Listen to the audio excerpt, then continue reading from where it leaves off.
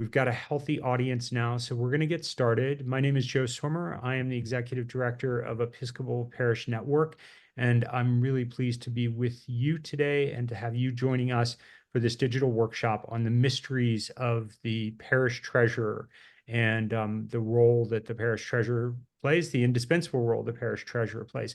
We're really pleased to partner with Chazen and Company on this particular session and to have Gary from Emmanuel, where our former board member, Anne Marie, is the rector, and they do have a great music program. So if you're ever in Baltimore, highly recommend looking up Emmanuel. But without any further ado from me, I'm going to hand it off to Jackie to take over for us, and we look forward to the conversation. Thanks, everyone, for joining us today, and we'll see you at a future digital workshop. Great. Thank you, Joe. My name is Jackie McLaughlin. I'm a CPA. Currently, I work for Chazen and Company, and we are an outsourced accounting firm that can help you with your accounting needs. And we also tend to work hand in glove with auditors to help get clients prepared and ready for their audit. So today, I'm going to go ahead and share my screen, and we're going to talk about the roles of a parish treasurer. So I'm going to ask Gary because I can see him. Gary, could you nod your head if you can see that? Okay, perfect. Wanted to make sure everybody can see it. So what are the responsibilities of a parish treasurer? And essentially what I've done here is just summarize them really quickly so you can see what we're going to talk about today. So the responsibilities are fiduciary responsibility, budget responsibility, financial decision-making, risk management, and financial reporting. And that said, we'll dive right into fiduciary responsibility. I love, love, love talking about fiduciary responsibility because people often hear this term and really most people don't understand what it means.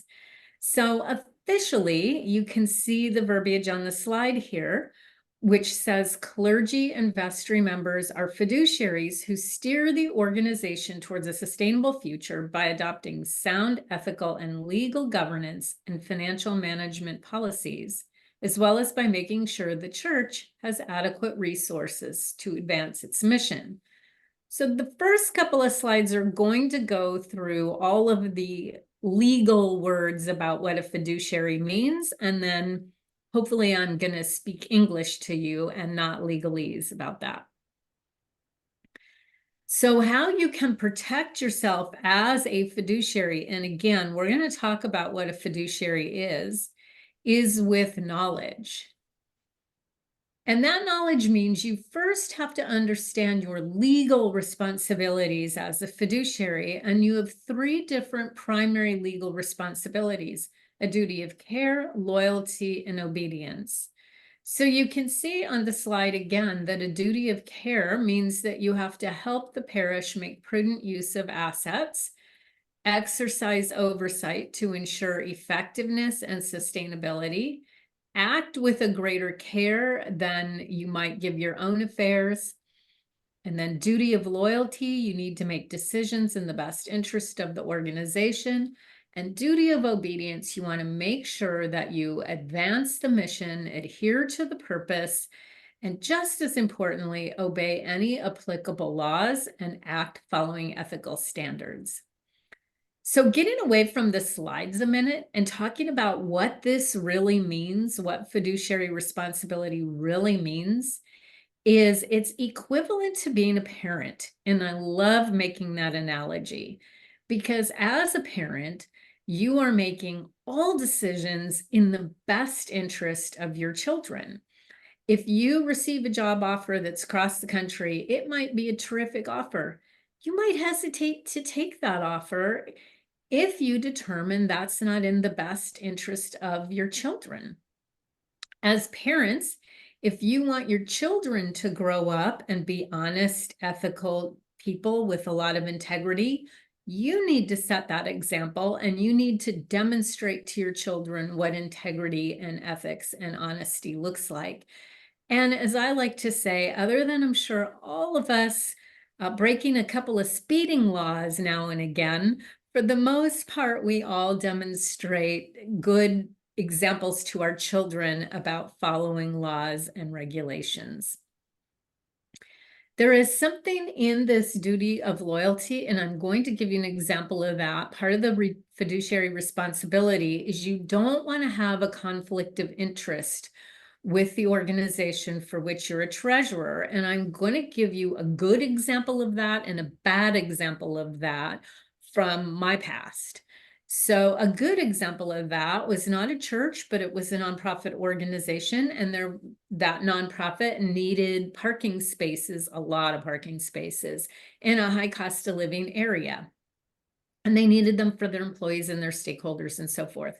One of the board members had parking real estate that he rented out to people on a regular basis. So he gave the organization a quote of $14,000 a month, which seems very high, but it was high cost of living, multiple parking spaces. He gave them a quote for $14,000 a month.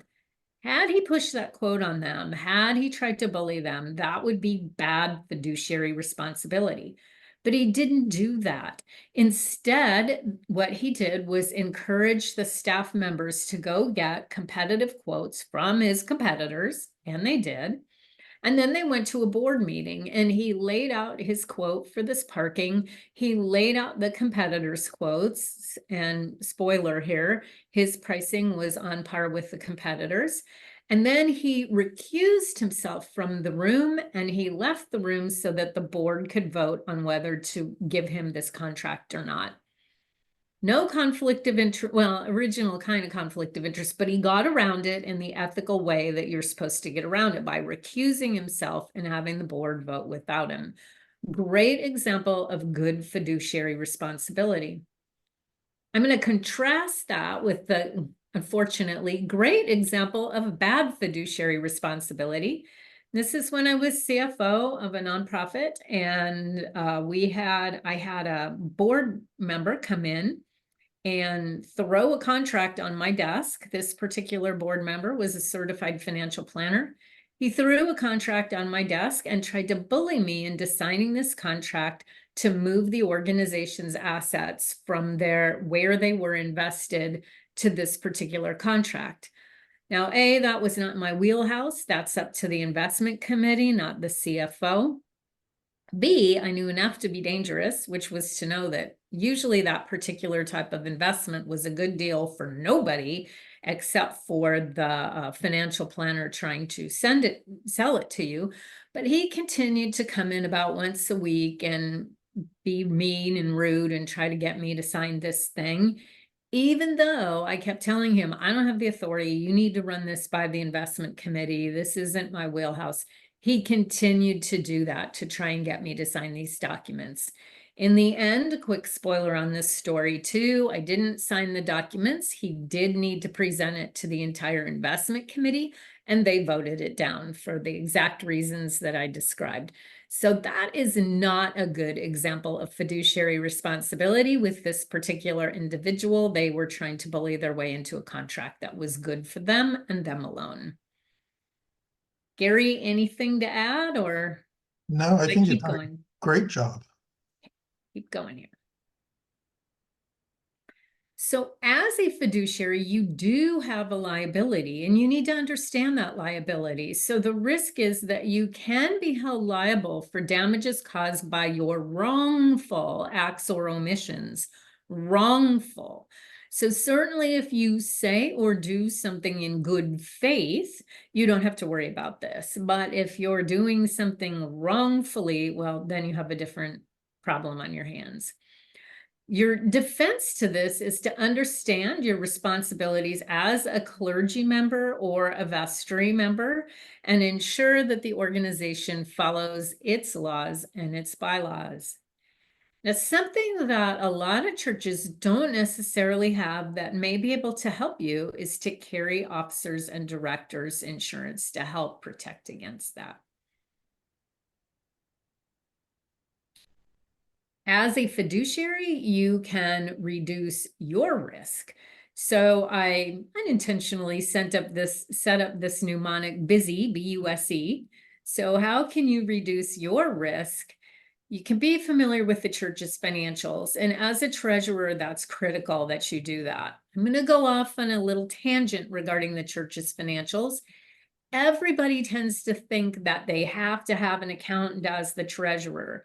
Certainly, that's going to be the optimal solution to have an accountant for your treasurer. But I also know from our clients right now, they have a very difficult time finding accountants available and willing to be the treasurer. So I always like to argue that a little bit. If you are having a difficult time finding an accountant, you need somebody with good common sense.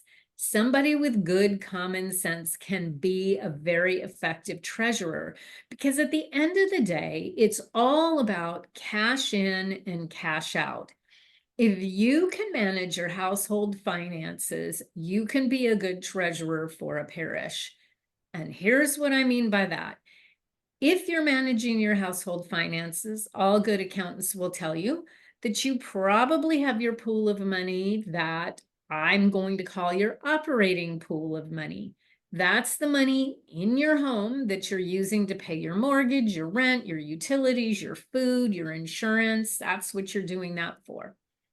You may also be putting aside a little bit every month for your emergencies because you know that your water heater can go out at any time. And when that happens, you don't want to take a financial hit. So you might be putting away a little bit and building an emergency fund. Also, you're hopefully building a retirement fund for yourself. So this is money that you might be putting away every month so that you can retire at some point in your life. Organizations, churches included, generally have those three same buckets of money. They'll have their operating, they'll have their rainy day savings, and if you're really lucky, you'll have that retirement savings, which in a church community, we often think of as an endowment. So you do want to be familiar with the church's financials, and you just need to have some good common sense to do that. You'll want to understand internal controls in the organization, and we're going to talk a little bit what internal controls means. And as the treasurer, you definitely want to set the proper tone at the top. This is an accounting word we started tossing around after Enron. For those of you old enough to remember the Enron fiasco, we started tossing around this tone at the top. What is it? Again, it's being a parent. When you're a parent and you're following the laws and you're being an honest person and acting with integrity, you're setting the example for your children. And as a treasurer, when you do that, it's called tone at the top. And you want to ensure that no single person in your church has too much power or control over financial transactions. That's part of the understanding internal controls. You want to build systems into your finances so that no single person can misappropriate them. As churches, we like to think that we hire wonderful people who would never think about doing that. I believe I have some slides in here about some fraud in churches, because the reality is desperate people will do or can do desperate things. So I talked a little bit about protecting yourself with your fiduciary responsibility by having good internal controls, which also known as fraud prevention and detection. So I put just a few things up here that you can do in your church to make sure that you have good internal controls. So the first thing there is implement checks and balances. I'm going to give you an example of that. Again, when I was a CFO of an organization, it was a very small organization. We didn't have the budget to hire a lot of people. My first day, the president said to me, I'm going to get you a credit card that, the organization's credit card with your name on it. I said, please don't do that. I would rather use my own credit card and be reimbursed for any charges that you, Madam President, will sign off on my reimbursement. And she said, why would you want to do that? And my response to her is because I don't ever want to be in a situation where any fingers can be pointed at me. I'm not saying I'm going to do anything wrong and charge Tiffany diamond rings on the organization's credit card. I'm not that crazy. I wouldn't do that. But I don't want to be in a situation where anyone could accuse me of doing that. So let me put all business related charges on my personal credit card. You can reimburse me for it. Furthermore, when you do reimburse me for it, and at the time we actually used paper checks, we didn't use ACH. I said, even though I'm a check signer, when you reimburse me for those charges, I want you to sign the check that's made out to me. I don't want me to sign my own check so that no one can point fingers at me. So that is one simple little example of some good checks and balances. You can also offer online payment portals for contributions. Interesting little story that happened with one of our clients recently, who was a church. They started taking Venmo, and suddenly their Sunday collections increased when they took Venmo. Similarly, you can offer ACH payments directly into your bank account, and you can outsource all or part of your accounting functions.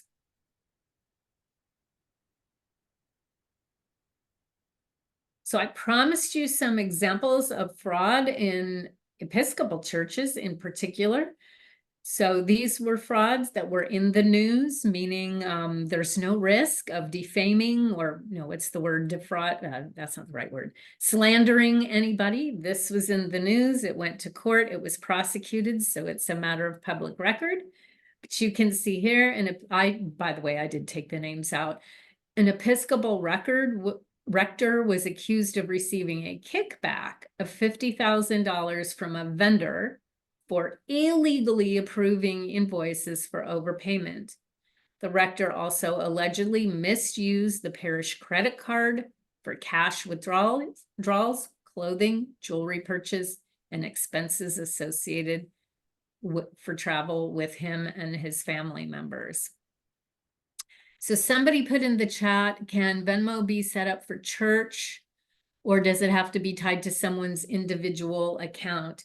That would be something I need to dive into, but I want to say at this point it can be set up for a church because we had a church client do that. I didn't dig into the details with that church client. I know exactly where this question is coming from because when Venmo initially came out, you couldn't have organizations and nonprofits have a Venmo account. It had to be through someone in particular. So we didn't see a lot of that until this is very recent breaking news that I found out through some of our staff that this church had set up Venmo and their collections went up. So I would have to look into that. Oh, Dawn wrote in, there are business Venmo accounts and for nonprofits, but the fees are different. Second example up here, an accountant for an Episcopal church was convicted of embezzling more than $175,000. He used the church's credit card to pay for Amazon purchases. He increased his salary in the payroll system and stole donations collected during the Sunday services. And finally, a senior warden of an Episcopal church was indicted for embezzling $89,000 from his parish by depositing church money into his various bank accounts. He used some of the stolen money to support his pizza restaurant. Again, the reason I have these examples up here is we get to know people in our church, in our parish. We know them personally. We never in a million years think that anyone could possibly do this. We think, oh, we don't have to worry about internal controls and checks and balances. Fred would never do anything like this. Very natural for us to think that way because we think we would never do anything like that. So I put the examples up just to show you that you never know, and you're better off building in checks and balances just in case. And like I said, in my case, it was comfort to me that I had built in checks and balances so that I could never be accused of anything. Gary, anything on fiduciary? Or I know you have a lot to say about budget, so we can move on to budget if you're good. Mhm. So as your treasurer, you'll want to be familiar with your church's budget. Typically, when I talk about budgets, people's eyes glaze over. They hate talking about budgets. They hate talking about money. But I will say I like to try and reframe people's perspective about budgets. A budget is your church's strategy expressed in dollars. Perhaps your parish has a 5-year plan of goals that you want to achieve. If you do, you know that you can't achieve all 5 goals in 1 year. You're probably laying it out 1 goal a year. A budget can help make sure that you're staying on goal and that your resources are being used effectively to meet your mission and ensure that your church remains sustainable and sustainable and accountable to its stakeholders. So this is where Gary has some great experience here. What's the process? The staff or finance committee with input from the staff can prepare it. The vestry approves it and the congregation reviews and adopts it. Gary, you want to add to that? Just want to go back that we were talking about the purpose of the budget as being sort of a guideline for you. Mhm. It definitely is. The other purpose of the budget is what gives the treasurer the authority to pay bills up to the limits of the budget. So in other words, you don't have to run to the vestry every month with the utility bills. If you are under budget for the budget line for the year, that gives you the authority to sign checks to pay your utility bills. So it's important as you get near the end of the year to make sure you're within the guidelines of the budget, because if you start going over budget, you want to make sure that your vestry approves it and documents it for it, because that's your authority to disperse funds. And Gary, to add on what you're saying, I would argue that a good way to do exactly what you're recommending is to make sure that your accountant provides you with budget versus actual reports. Definitely. And Gary, we had a question come in the chat that I think would be great for you to answer. It says, since churches are exempt from publicly posting Form 990, what is an ethical way to show our donors that our vestry is appropriately managing parish assets? Well, I think one of the best ways is an annual audit. I'm a big fan of an annual audit. It protects the treasurer, is one thing it does. And then it also is a third set of eyes, outside people looking primarily at your rules and procedures. And your rules and procedures are one of your big things of helping to prevent fraud. Great, thank you. And by the way, the other thing I've started talking about lately with the budget as well is it helps with decision fatigue. So for those of you who aren't geeks like I am and read about this kind of stuff, decision fatigue is becoming a thing. And the best example of that goes back to Steve Jobs, and he always wore a black turtleneck and black pants because he was in tune to decision fatigue. By wearing the same thing every day, he didn't have to decide what he was going to wear. And that was one less decision for him to make. A budget can help with that decision fatigue, because when your vestry, and we had a comment or a question in the chat, which is exactly right, the treasurer helps put the budget together, but Gary, weigh in here, the vestry and the congregation ends up approving it, correct? Right. And let's also go back to, well, since we're talking about budget and you mentioned Enron earlier, one of my lines is I don't do Enron accounting. And in the Enron case, they were hiding things. I think one of the goals is to be as transparent as possible. One of the problems you run into with a budget is some people think that you have to come in right on budget or below, or you aren't doing a good job. My position is that anybody who produces a budget and a year later comes out exactly on budget, they've manipulated those numbers, most likely.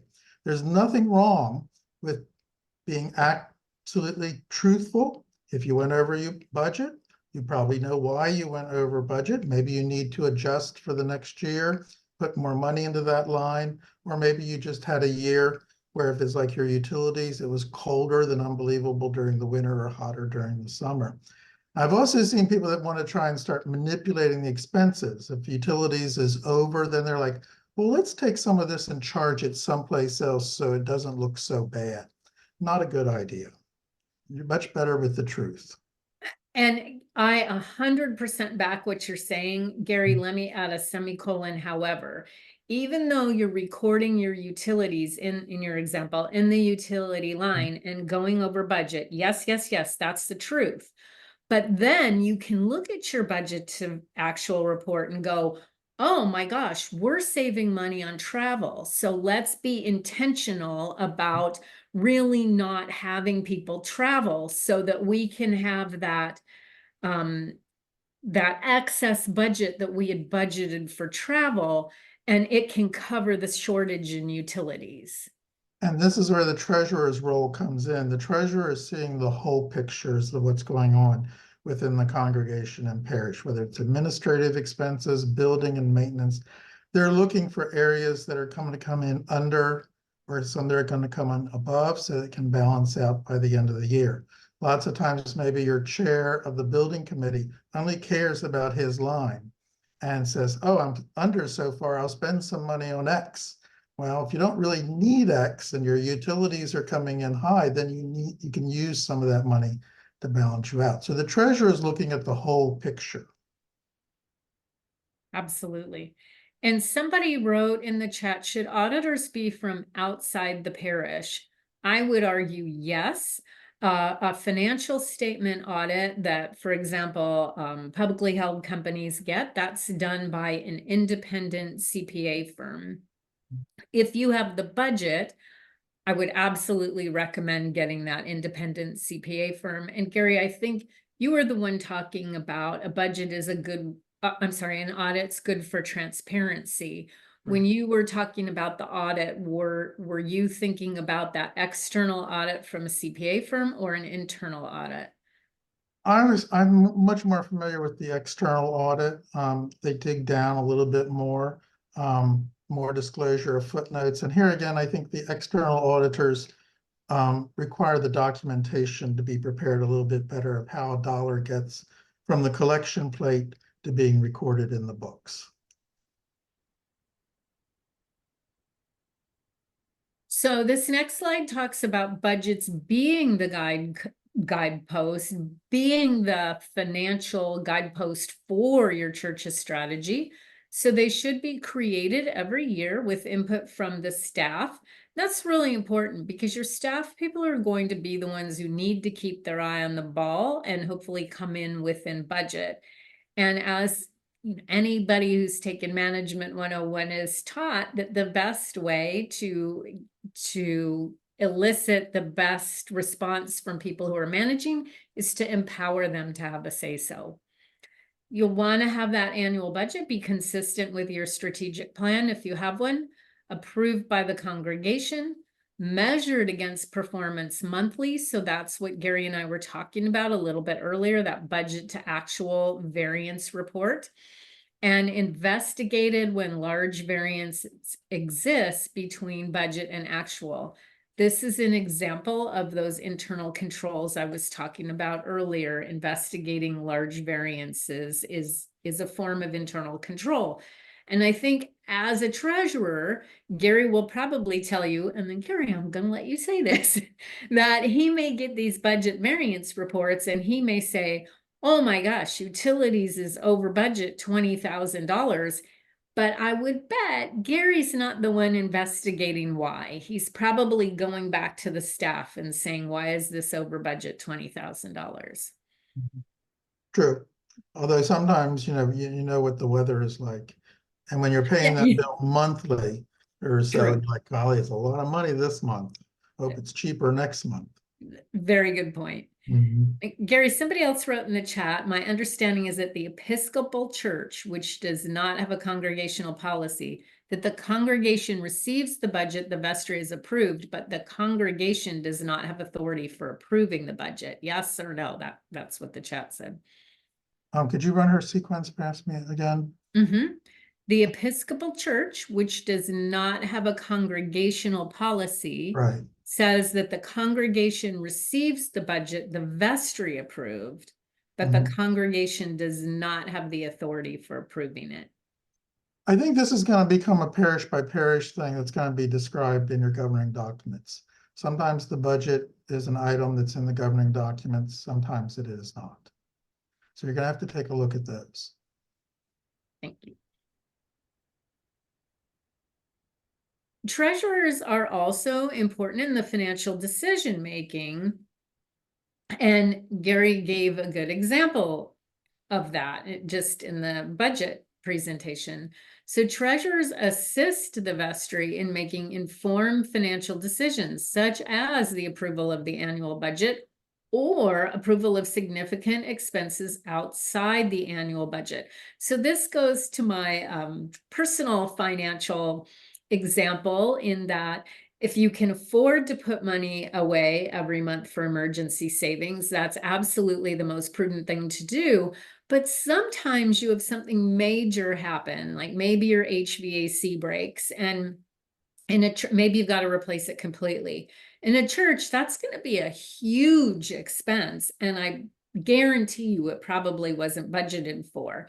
So this is where you're going to go to somebody like Gary and say, oh my gosh, we have this $50,000 bill or whatever it was. We didn't budget for it. We've got to replace the HVAC. And he, as the treasurer, is going to get involved in making those decisions. Obviously, in that particular example, there's not much you can do. You have to keep people cooled in the summer and heated in the winter. But that's where I would guess he's going to jump in and try and figure out, okay, what area are we under budget on that we can save money to fund this HVAC in my example. And it's interesting you bring that up because we are without air conditioning this summer in the Nave. For those of you that have been to the Baltimore Mid-Atlantic area, it has not been very comfortable this year in the Nave. But the thing I want to point out is that somebody wisely told us was to hire an air conditioning consultant to evaluate what our needs are. Because if you hire an air conditioning contractor, they just replace what is there. And since the present system that's not working was installed like 15 years ago, there's much newer models that are much more energy efficient. You may have bought the wrong size air conditioning unit for your space. And sometimes we're going to end up spending a lot less money by hiring the consultant than just going to our air conditioning contractor and putting the same thing back in that we had previously. So hopefully that's a little extra piece of advice you'll get out of this. I love that example. And I just ran into something similar a couple days ago. And I call that in my personal life, I call that the Home Depot tool lesson, because I can't tell you how many times I've gone to Home Depot to buy a tool and looked for cost over quality, and the tool breaks and I end up having to go back and buy the other tool. So I would have been better off in the beginning buying the more expensive tool that's a little better quality.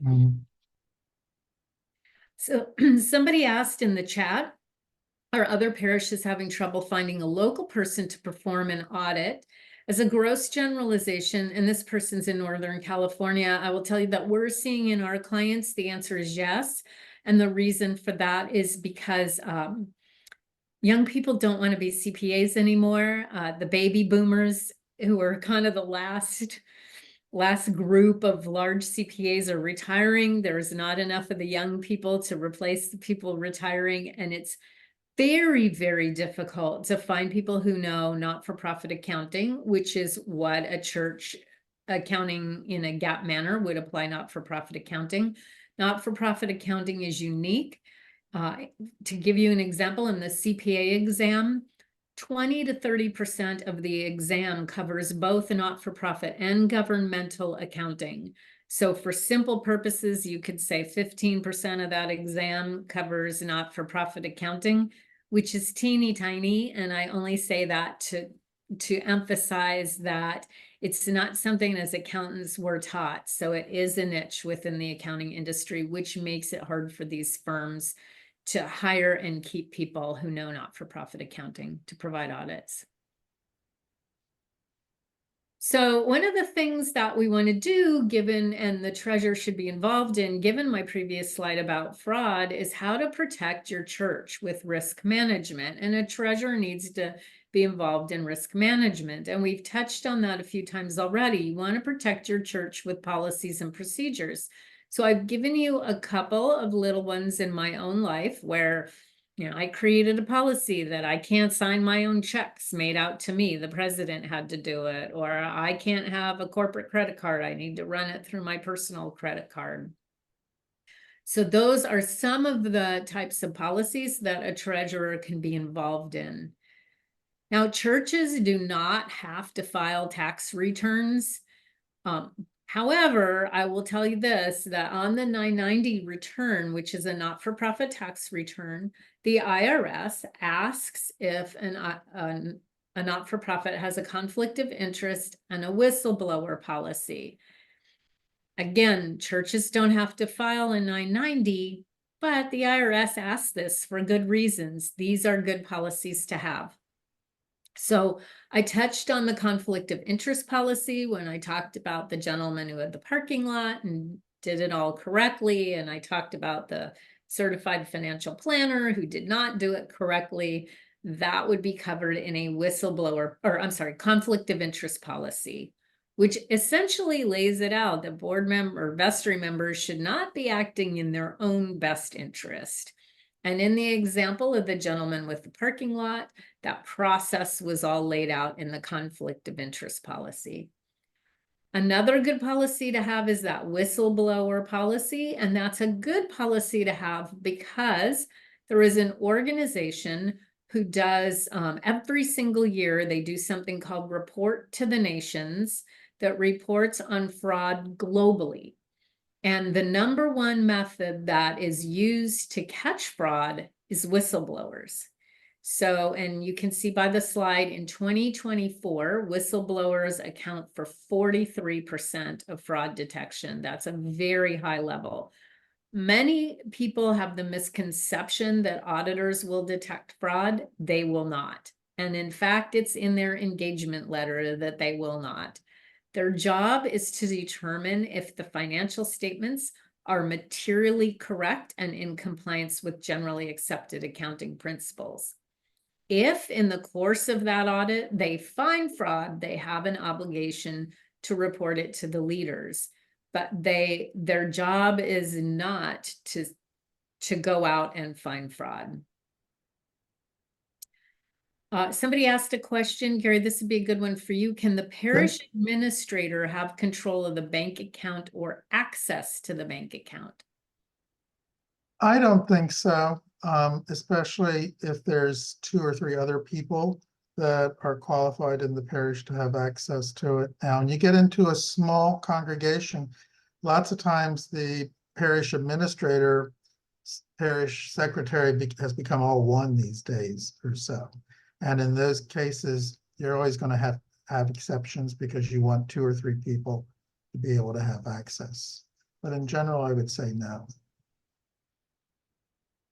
And I definitely have my ideas on this one, Gary, but I'll be interested in you. If your ideas, somebody in the chat said, can you talk about how to get folks not to spend on unneeded expenses when their budget is under near the end of the year? I think what they mean is when their actual expenses is under their budget at the end of the year. Yeah. How do you get them to stop saying, well, I better use this budget? That is a problem, and it's one of the things I holler at people about. A budget line is not an entitlement. You're to use that as a fiduciary would, okay? You can't decide just because we've come in under budget, we can have a Christmas party or something like that because we may have that air conditioning repair coming up next year or so. So here again, it's looking out for the whole, looking out for your whole family rather than just favoring one child in your example about fiduciary responsibility. And I think it's just getting people to understand a budget line is not an entitlement. And I would also say, again, going back to my parenting example, when my child was young, his physician taught me to look for what he was doing right and to make a big deal about what he was doing right.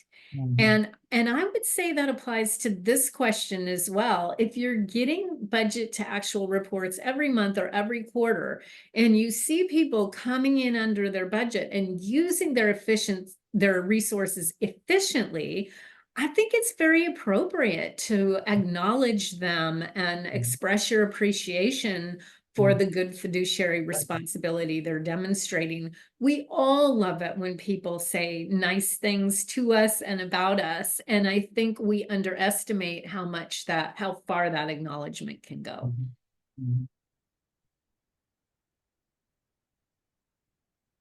So again, and some of this is repetitive because it's important. As a treasurer, what can you do to manage the risk in your church?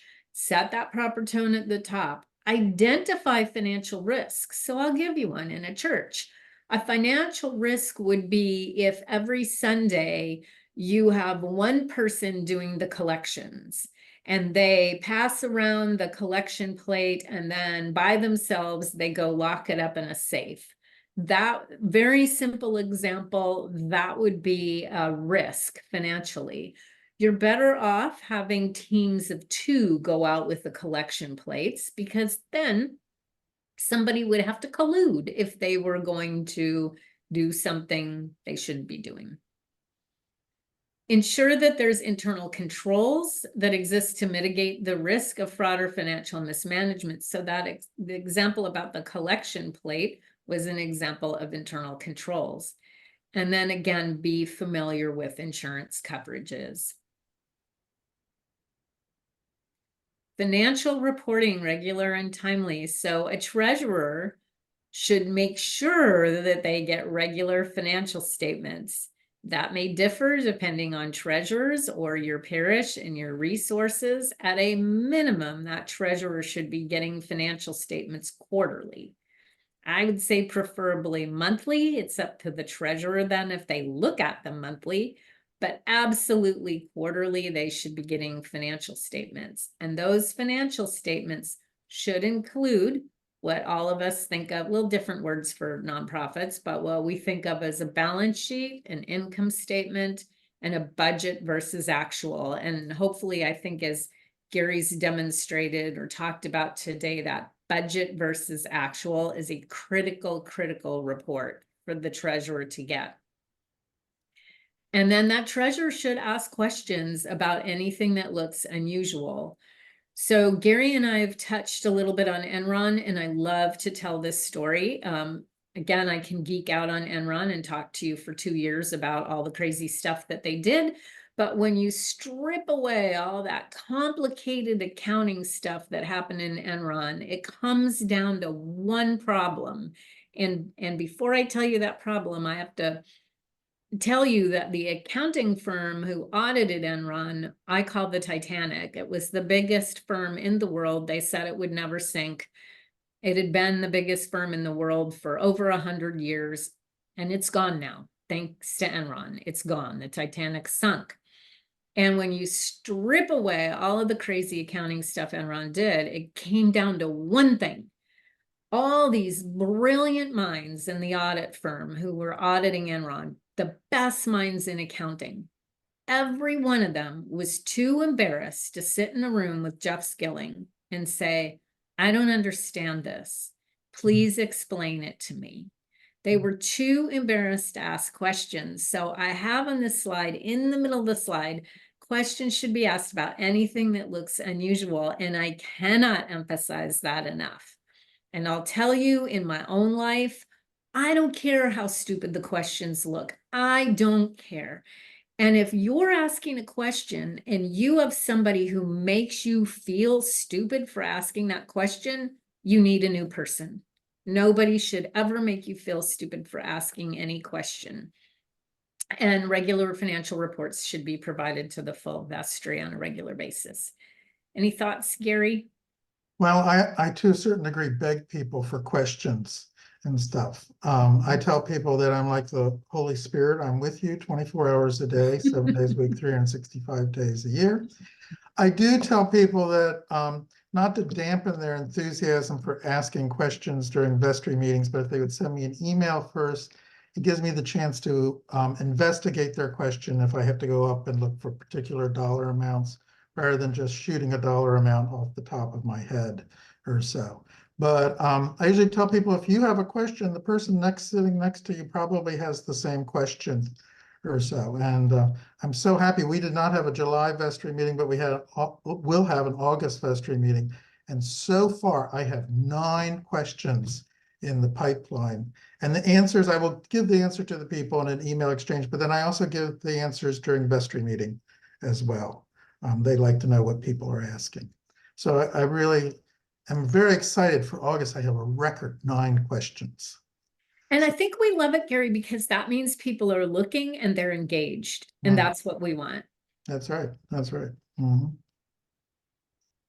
We had a question in the pipeline. Can I bring it up? Oh, please, Jackie? please do. Because I'm interested to see if other people want to can have some kind of input or this. And the question was, should your bookkeeping firm be a member of the congregation? Is what it is. And that's an interesting question to me, because if you would have asked me that question about 40 years ago, I would have said absolutely no, that they end up with confidential information that you don't want shared around. I was always a big believer that church staff should not be members of the congregation, especially office people, because you not only have the financial aspect, but you have the aspect that they know the people that are coming in and out of the rector's office. Lots of times those people are coming in and out for counseling or so, and you don't want that information spread out around the congregation. But then years later, I had a rector who I admired very much, who thought it was a compliment when somebody became an employee and then decided to join the congregation, whether it was bookkeeper or secretary or so. And so I find it hard to disagree with somebody, and I think her position perhaps does have some merit to it or so. So my answer to that original question was I would say no, but there might be some excuses or so. You have any feelings on that, Jackie? From an accounting perspective, I don't, but certainly from a privacy I mean, you made some good points, Gary, that I had never thought of. If I'm in the church and I'm your accountant and I'm there, I mean, on staff accountant, and I'm there every single day and see people coming in and out for very personal counseling issues. I don't know. I don't know if I would ask if the congregation is okay with that. So somebody else wrote, is it wise to have 2 family members, treasurer and assistant treasurer, and wife as secretary? I would say no, it's not. I say no too. Yeah. So financial statements, treasurers, you need to be familiar with these. In the nonprofit organization, there are 2 main financial statements: statement of financial position, which for a lot of you are familiar with. For-profit statements are like the balance sheet, and the statement of activities, and the for-profit analogy to that is the income statement or the P&L. Your big issue in church and not-for-profit financial statements are the contributions that are given to you. So there's restricted contributions and there's unrestricted, or with restrictions and without restrictions. And it is unbelievably important to uphold the restrictions and to make sure that you have a way of tracking that so that you can ensure that you're upholding them. I'm going to use Gary and me as an example for this. If Gary is a church and I am a parishioner and he's raising money to build actually we had this recently, to do construction on a nave. He's raising money to refurbish the nave. And I give money for that. He better not spend it on the rector's salary. I didn't give him the money to spend it on the rector's salary. I gave him money to do refurbishment on the nave. And it's very, very common for churches and other nonprofits to raise money for specific things. Maybe you're raising money for the choir. And when you raise money for the choir, it's critically important that you account for that correctly so that you can ensure that you're upholding the donor's wishes. Because certainly, and I could reverse this situation, if Gary gave me money and I was a church for a choir and I spent it on flowers in the front of the church, I don't know that Gary would be too happy about that. He would say, I gave you money for choir, not for flowers. I mean, not that flowers are a bad thing, but I gave you money for the choir. Any thoughts on that, Gary? Yeah, a lot, or Good, something okay. significant in a way. Restricted donations are absolutely fantastic. They become a real Waterloo when they go over multiple years. Because most or all of us are on a cash basis of accounting. We get a check in, we like to deposit and stuff. And if that check is not spent by the end of the year on something in accordance with the restriction, okay, it's grossed up your income for that year. And then the next year, when the money is spent, everybody is all unhappy or so. So the restricted gifts are really good if you can somehow get them to come in at the same time you're spending the money, or else you have to be watch that, especially at the end of the year, and say, did we get any restricted gifts this year that the money has not been spent at this point in time or so? Well, and let me play off that, Gary, in my big exaggerated examples, which I love to illustrate the point. If I'm giving your church $250,000 to build a bell tower, generally accepted accounting principle says that you will recognize that as revenue this year when I give it to you. But the point that you're making is that you might not start construction on that bell tower until next year. And so, well, bell tower is probably a bad example, but so next year you will show, and let's say nothing else happens in the whole entire church. So this year you're going to show a nice revenue of $250,000 positive. And then next year, you're going to show a big negative of whatever you spent on the bell tower. Again, very simple example that nothing else happened in the whole entire year in the church. And I think that's why you're saying, Gary, that people don't like that because they don't understand. Well, we got the revenue last year. We're just spending it this year. That's very difficult for non-accountants to understand. Yeah, and it's they don't even think about the second part of it when you're going to spend the money. It's just that this year maybe we're short on income and we have this money. Okay, we're just going to go ahead and include income this year so we can look okay. Now you might ask, what is the solution and what do I do when I run into this situation? And maybe you'll fire me or so forth. I can't claim that my income and expense financials are basically modified cash flow statements is what they are. And what I will usually do in that case, I will decrease the income line and put a credit into deferred income. And then at the first of the year, turn around and reverse it. So that money is in income then for the next year. You also want to make sure that you are watching what I call your available cash, because you want to make sure you keep the cash for that. And if it's a really large amount, you might want to consider setting up a separate account for it or something like that. I'm not a big believer in having multiple accounts, but you do have to keep this money segregated so it's available and all of a sudden didn't get spent on something else. Yeah, and I love that last point that you made, Gary. It is so important. So if we go back to our conversation about unrestricted money and restricted money, so unrestricted money, you're paying your utilities out of, you're probably paying your salaries, your insurance, that kind of stuff. And then you have restricted money that's to build the bell tower, whatever that restriction is for.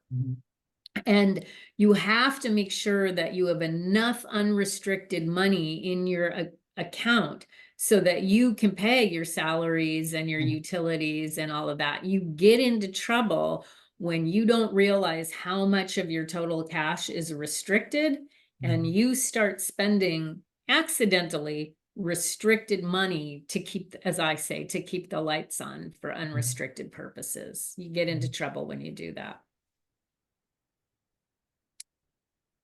So that said, it looks we're at 3:55, and I'm gonna go through the chat a little bit and see if any questions pop out and just spend a couple of minutes answering any questions that I might have skipped here. Let's see. Does it make sense to establish a floor amount for restricted gifts to help manage accounting challenges? Yes. So in our business, we call that a gift acceptance policy. And, to make a silly example out of it, your gift acceptance policy also helps when you have somebody whose loved one died and that they have all these Hot Wheels cars that were near and dear to their parents' heart. And now they want to donate them to the church, and they think that this is worth a lot of money, and it's not. It's Hot Wheels cars. Well, as a church, you don't want to say, oh, thanks, but no thanks. So if you have this gift acceptance policy, it also gives you some backbone to say, well, I'd love to take your Hot Wheels cars, but that's not consistent with our gift acceptance policy. Your gift acceptance policy will also outline that floor that we would love to take your $50, but we're not going to restrict it for a baseball program. If you want to give $50, it's unrestricted. If you want to give $1,000 or $5,000 or whatever the amount is you determine, yes, you can restrict that, but not $50. So great question, and thank you. Somebody else said, please talk about the need to secure W-9s from vendors and contractors. Yes, yes, yes. So even though churches don't have to file tax returns, they do have to file 1099s for independent contractors that they pay more than $600 a year. And to do that, they need these W-9 forms, which is essentially me filling out a form to tell Gary, I have a business, this is my identification number, tell the IRS you paid me this amount of money. We had a question in the file about the business or the situation where a treasurer is not a member of the vestry. My experience with this is that, or not a voting sitting person or so, that the treasurer does go to all vestry meetings, gets voice, but no vote. And usually one of my other criteria is that I get to go to any meeting that is discussing finances, because I find it a lot better to start dealing with the financial issues in the beginning than to let a ball start rolling and having to say, no, we've got issues with this. So I encourage those of you that can to get an invitation to every meeting that is going to discuss finances. What you just said, and I love it, you're proactive. Rather than reactive. Right. So this is really an important one. Somebody wrote in the chat, our parish administrator says that any funds received for a designated purpose for an outreach activity can be used for any purpose the vestry thinks appropriate. Nope. Okay. And also, I'm going to butt in here. You've got to learn the correct, and some people may disagree with me. There's a difference between designated and restricted. Donors restrict, okay? Vestries designate, okay? So like if you have 100,000 on cash on hand, your vestry may decide 25,000 of that is going to be designated for something, okay?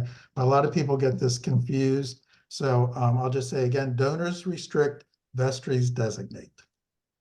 And Gary, I like to say that designation is like us in our personal life when we say, I'm going to take this $1,000 from my checking, and I'm going to put it into my emergency fund. Right. We are all the vestry of our personal finances. So we can choose to do that. At the same time, if we run short in our checking account, we can choose to take that $1,000 and pay the grocery bill with it. Because we're the vestry. If I give Gary $1,000 to get a new water heater, he can't take it and use it to buy groceries. He's got to get a new water heater because I'm the donor in that case. I will also say that in my congregation and prior ones, all restricted gifts are received by the vestry. I know some people might feel a little bit differently on that, but you can't just have somebody walk down the street and say, hey, I'm going to give you money to paint the church purple. You've got to have a way of taking that to the vestry, let them make the decision. The treasurer does not. Are we going to accept this gift or not accept it? Well, Gary and I are going to wrap this up. Joe, I will hand it back to you. Somebody asked if we can make copies of the slides available. I'll be sending those to Joe, so I'm going to leave it to him at this point. Great. Thanks, Jackie and Gary. We are so grateful to both of you all for a terrific presentation. We will be sending to everyone who registered an email with a link to the recording of the session along with the PowerPoint. The recording of the session and the PowerPoint will be posted to our website under our digital workshop library, which you can find at episcopalparishes.org. We are grateful to Chazen, to Emmanuel, and to all of you all for joining us today, and look forward to seeing you on another digital workshop soon. Thanks again, Gary. Thanks, Jackie. Have a great Thank day, you. everyone. Take care. Bye.